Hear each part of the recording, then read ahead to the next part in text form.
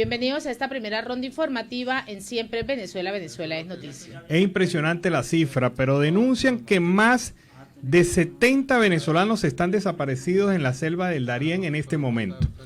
Más de 70 venezolanos están desaparecidos en esta selva que es muy peligrosa y que conecta Colombia con Panamá, han denunciado sus familiares. Estas denuncias se han recogido a través de una cuenta llamada Chamos Noticias Panamá, dirigida por el reportero venezolano Roberto Bermúdez, que le ha estado haciendo un seguimiento a la situación de los migrantes en ese territorio. En un grupo de WhatsApp, familiares y amigos han reportado la pérdida de comunicación con sus allegados. Esperan conseguirlos utilizando las plataformas digitales para intentar establecer un contacto o saber qué les ocurrió. Estos migrantes aún se encuentran en la selva del Darién, no han llegado al albergue de la ONU en San Vicente, en Panamá, lugar donde hay comunicación. El tiempo para cruzar a la selva varía según las condiciones climáticas y las posibilidades de los propios migrantes. En un reportaje del medio digital Todo Noticias, la periodista Carolina Amoroso conversó con una familia de venezolanos, un hombre y una mujer que caminaban con sus dos pequeños hijos.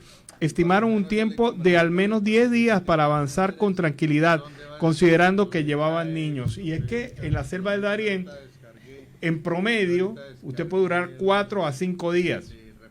Esa es la estadística promedio, pero si lleva niños, si lleva unas personas de tercera edad, va a durar muchísimo más. Va a durar mucho más, pero esta cifra impresiona, 70 venezolanos extraviados en la selva del Darién que no han dado reporte y señal de vida. Por ejemplo, entre ellos está la familia la familia Silva, conformada por Hugo Rafael Silva Puentes, Yasmín Rodríguez Maldonado.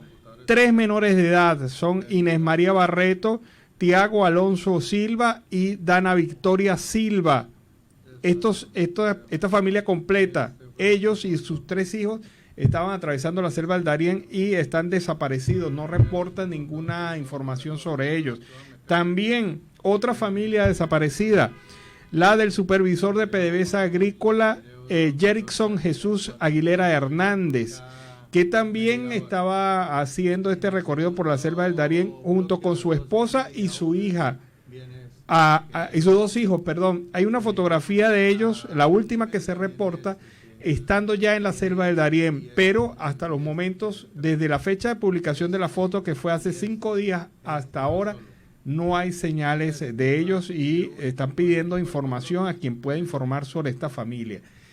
De verdad que es una incertidumbre terrible, ¿no? Y es que ante esa situación de la selva del Darién, el viernes hablábamos con alguien que cruzaba esa selva del Darién, uno de nuestros invitados en las horas de la tarde, Gustavo Torrealba, donde él mencionaba que siendo él un militar, entrenado militarmente, logró pasarlo en 2 días y medio. Ahora, ¿qué fenómeno encontró? El hecho de que llovía todo el tiempo. Todo el tiempo está pantanoso, sí. Y eso es un factor, y ante toda esa situación también se ha venido manifestando el comisionado para la crisis de los refugiados inmigrantes venezolanos de la OEA, David Smolaski, quien ha coordinado una reunión con un grupo de venezolanos víctimas de ese trayecto de la selva del Darién, que está ese paso fronterizo entre Colombia y Panamá, que se ha convertido en esa última opción de los venezolanos para huir de este régimen venezolano, de este régimen de Nicolás Maduro. En conjunto con el secretario general de la OEA, Luis Almagro, fue realizado el encuentro con la intención de unir esfuerzos en toda esta región para evitar así el tráfico y la trata de personas. Del mismo modo, también dirigir los diferentes esfuerzos para agilizar el otorgamiento de los documentos a todos los desplazados de esta dictadura. Según las cifras del Servicio Nacional de Migración, al menos 7.000 venezolanos han cruzado este peligroso paso fronterizo que cuenta con una extensión de más de 5.000 kilómetros cuadrados de jungla. Los migrantes pues han optado por este camino para poder llegar hasta Estados Unidos y así obtener un refugio, a pesar de que este mismo pues está totalmente plagado de guerrilla, de delitos sexuales y además de delincuencia.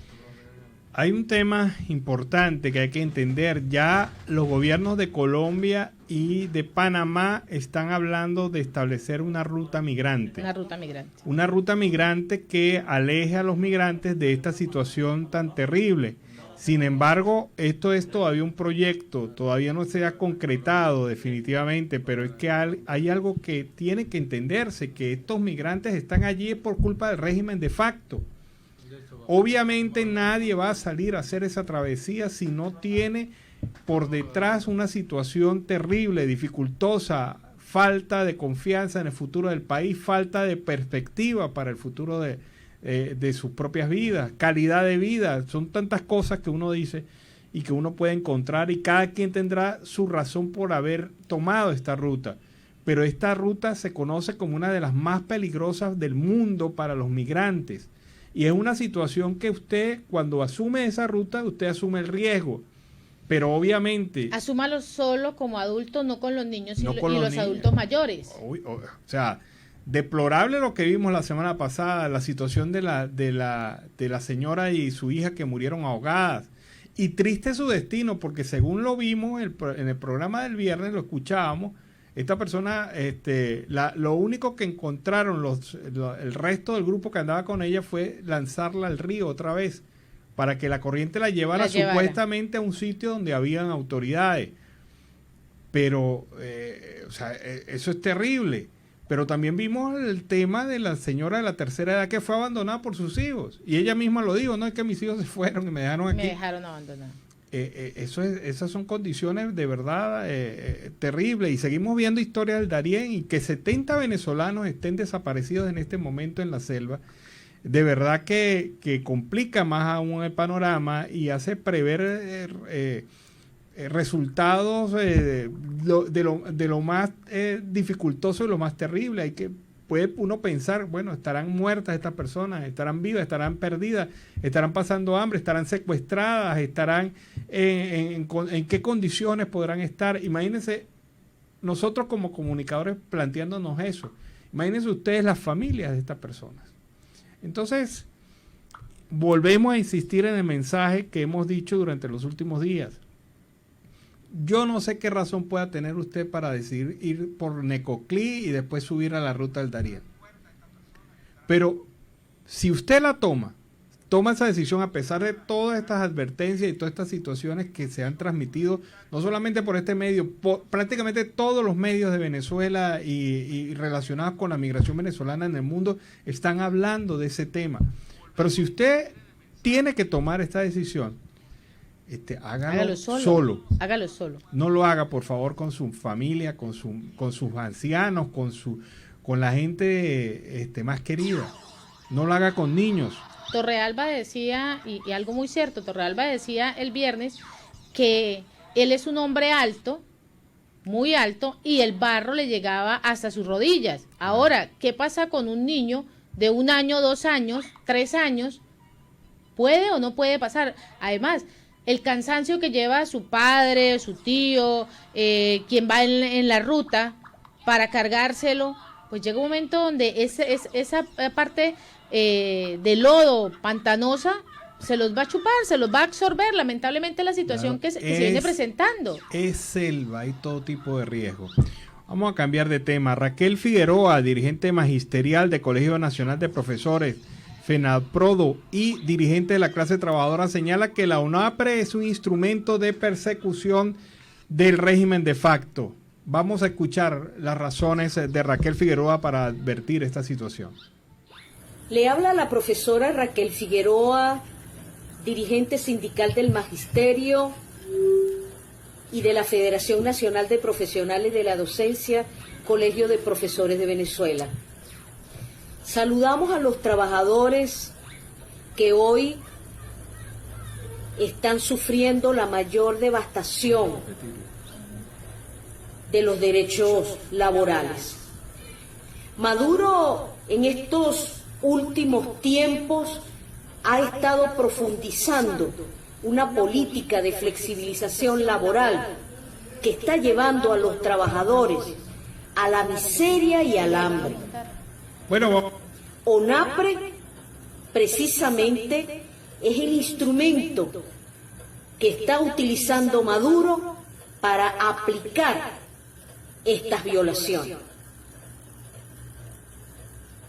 ONAPRE está violentando todo principio humano en lo que tiene que ver con los derechos sindicales, con los derechos laborales. Y Maduro es precisamente el protagonista de esta política. Y ONAPRE es un instrumento.